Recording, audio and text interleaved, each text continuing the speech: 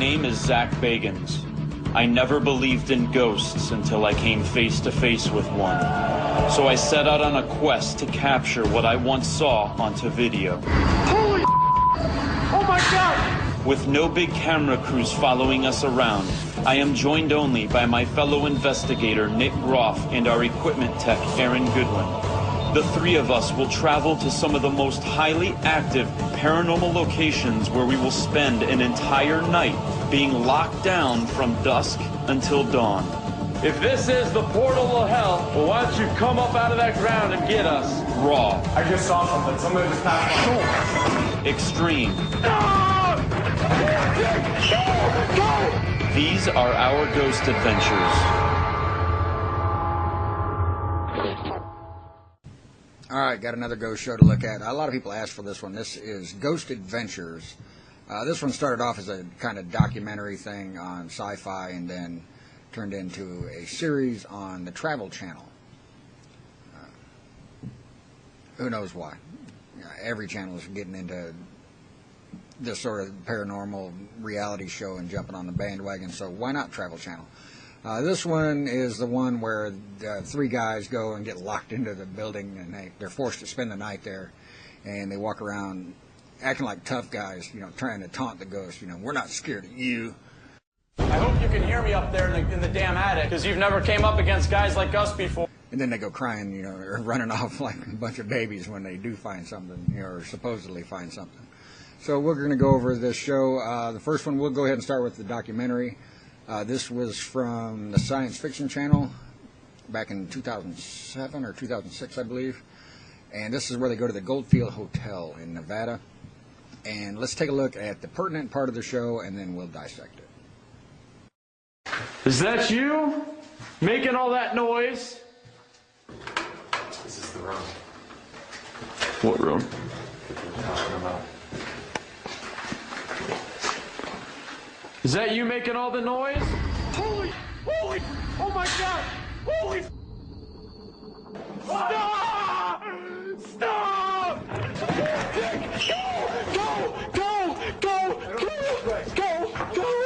go.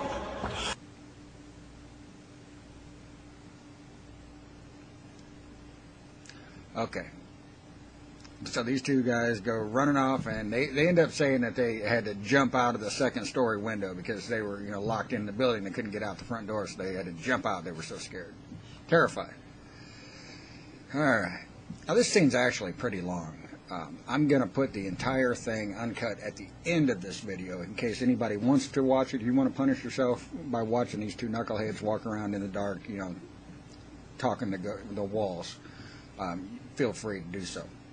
But I'm just going to keep the short segments at the beginning here. If you want to watch the whole thing, feel free to go to the end, or watch it all the way to the end.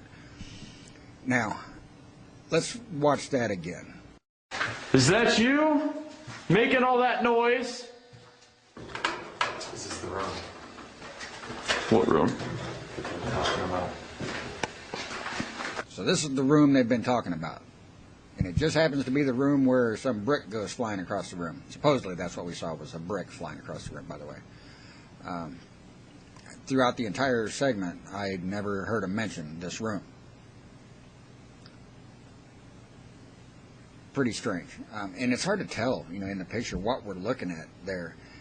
But we actually did get a good shot of this room earlier in the documentary, because one of the old ladies who used to work here took us on a tour of the place, and this room was one of the stops. So let's go check out that segment. Every flashlight, 3 flashlights went out in here. It was the dark of the moon. Nobody had a match, nothing. It was so cold and so scary. And these two strangers to me, I said, hold on to me, and we felt our way out, went back up, got to the first floor, went to the door, and I said, let me go across the street to the glory hole and get some batteries. Mm-hmm. And they said, no thank you, ma'am, and they left and they never returned. Something else that's interesting that I want to go over in this shot here is, this is before the brick flies, and this is the two lights from the cameras. One shining at the brick, one is up on the wall. And I'm going to advance the frames here, and we're going to look at the wall here, this cutout in the back of the wall. So we can see one stud. I'm going to count the studs over the corner. Okay, now we can see 2, 3. There's the 4th one. We can see the 5th one and the corner. So coming from the corner, we have 1, 2, 3, 4, 5, and then where the 6th stud would be is where the wall is solid again. The interesting thing here is, earlier in the episode, this lady took us for a tour of the basement, and we got to see around the room. We don't get a good shot of that back wall section to count the studs, but searching around on Google, I found a picture of the basement of the Goldfield Hotel. So starting out from the corner, we can go 1, 2, 3, 4, 5, 6. We can see the 6th stud, and the wall gets solid again, just like we see in this video. As the light comes across, we can see we are looking at the exact same thing.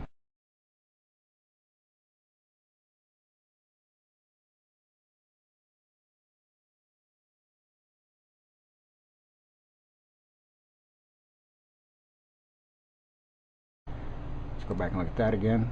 So we're looking at this right here is what we're looking at, and we know it's the same thing. Look at the truss right here.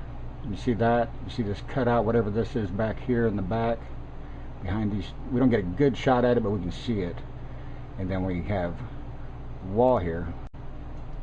If we look at the old lady,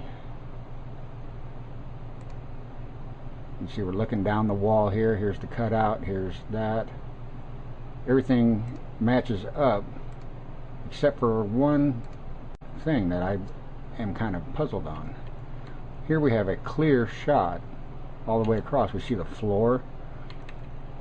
We have a clean shot from the camera to the wall. There's nothing interfering there. Let's play that up again. See what I'm talking about? There's nothing there. Except when we go back to look at the basement earlier, there's a sawhorse and a barrel sitting in the middle of the room.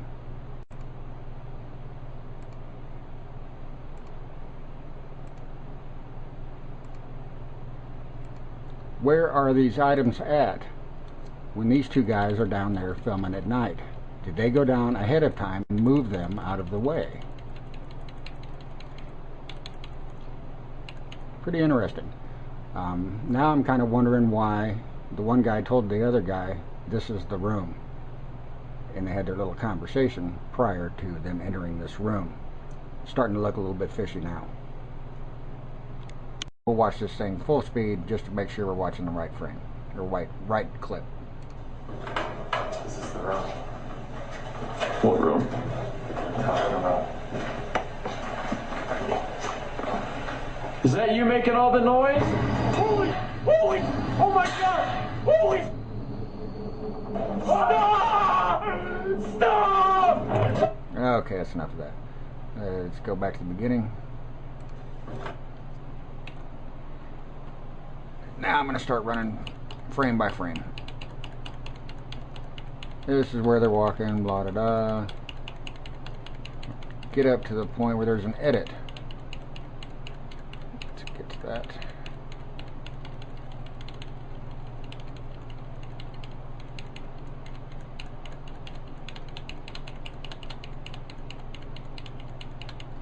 There it was. Frame 128. This is 127. This is 128. Now we're looking into the room.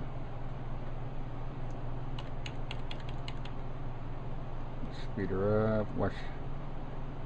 It seems like this light goes straight for the brick, followed by the second light. So let's back her up a little bit. Let's go back.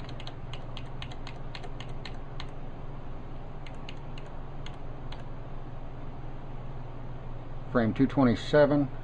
First light is on the brick. There's all kinds of stuff laying around the room there, but he focuses straight to that corner, followed by second light, which decides to take a peek at the brick again. They both look at the brick. One light stays on it, the other one kind of moves around a little bit over here, but the other light is focused completely on that brick. And there's another edit here coming up. Right there. Frame 250, frame 251. The light is still on the brick. One light is going to move away again, but you can see the first light is still on that brick. Second light looks away just a second, comes back.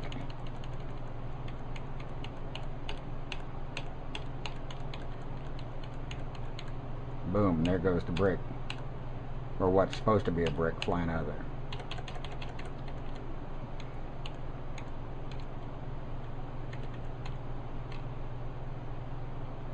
Looks like it's sitting up on an edge, and you can see it rotate right there as it goes shooting out of the picture.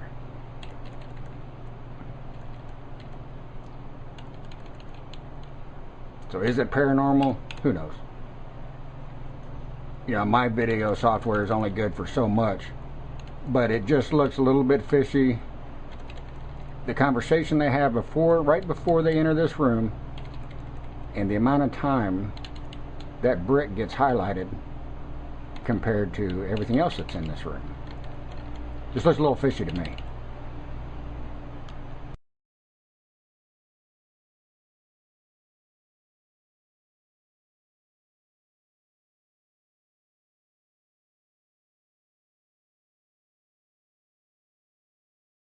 So do we got a ghost slinging bricks in this building? Who knows? I mean, it's possible. But I am tending to lean towards hoax here. And I have a couple good reasons for it. First off, why are they talking about this room? Why has the room been rearranged since their tour with the little old lady a couple hours earlier? There's a lot of questions that I have about this. As far as the brick itself, I mean, like I said, I can only see so much with my software, and I have to take everything into context. I have to, you know, I only get to see what I get to see. I have no idea why the brick flew out of there, but I also have no reason to think it was something supernatural. With the amount of tampering with the room and with the conversation they had as they were heading into the room, it gives me reason to believe something was set up here. Plus, there's a couple of them little edits. You can see where they, you know, messed around a little bit. That we have no idea what happened in the time between those edits. So we've got edited footage, kind of a conversation that's a little bit suspicious, and a rearranged room from when we saw it earlier. So I don't consider it debunked, but I consider it highly, highly suspect. So let's go on to the next one. This is the Riddle House, where they're going to go and somebody hung themselves in this house or something like that, and they're going to go camp out in the attic. Or they're going to have one guy camp out in the attic, the rest of them are going to hang out downstairs. So let's see what we can see in this one.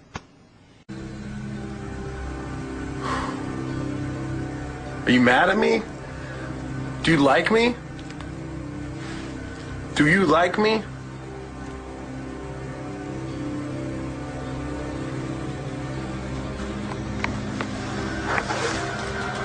Oh my God! Oh my God!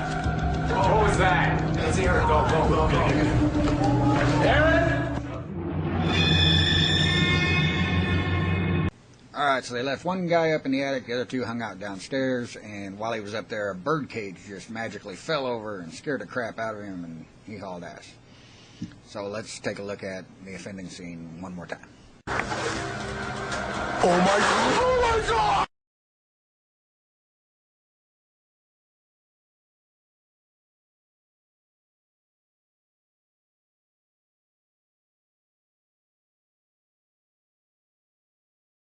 So they go back up and look at it, and they reveal that it was a bird cage that fell over. So what caused the bird cage to fall over? It must have been a ghost, scared the crap out of everybody. They're up there yelling, you know, about the ghost to do other things. But we got taken on a tour of the attic. So let's go back earlier in the show to the tour of the attic and see if we can find the bird cage. Oh boy. This is the guy who's going to give you trouble. I feel like he's given a lot of people trouble and grief in this attic. He watches people from this window. Huh? He likes scaring You them. like scaring the people. Yeah. Just All right, so their psychic came in, and we got several clear shots of the birdcage. You see it in each one of these shots, and you can see that it's sitting flush against the wall. See it here. This is a good shot because this is kind of the angle we're going to see it from later, or what we've actually seen it from. This is the direction that the camera caught when it fell. So we're getting a pretty good shot here. You can see that it's sitting flush against the wall. So keep in mind where the front left-hand corner is pointing. It's pointing towards the camera, actually, sitting flush against the wall, even actually kind of pointing more towards the left of the camera. So keep in mind how the cage is oriented in these shots. Alright, so now we're back to the scene where the birdcage is going to fall over, and we can see automatically right off the bat that the birdcage has been moved and is angled differently. The front leading corner is now pointing out towards the guy sitting in the center of the room and no longer pointing off to the left of the camera. So keep that in mind as the footage rolls and as the cage actually moves. Look at the orientation of the cage now versus the orientation we saw it earlier.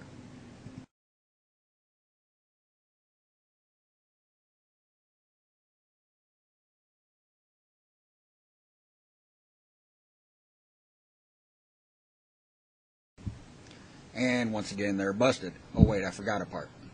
I hope you can hear me up there in the damn attic, because you've never came up against guys like us before. Oh my God!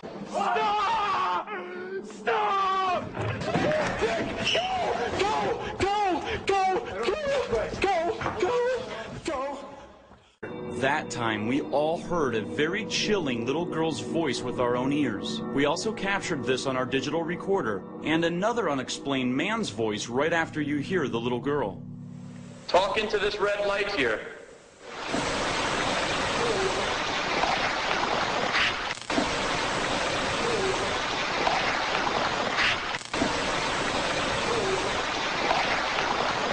What was that?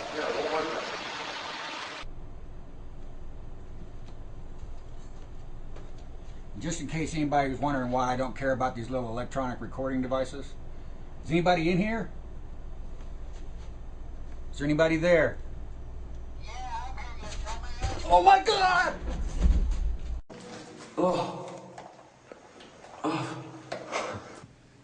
Alright, this guy just took his mask off. Now watch him try to spit something off his lip, and then they try to claim it's a voice. We're in Mayflower Building. Just then, I heard a disembodied voice come from the hallway. Here's the enhanced audio from Nick's camera. We're in Mayflower Building.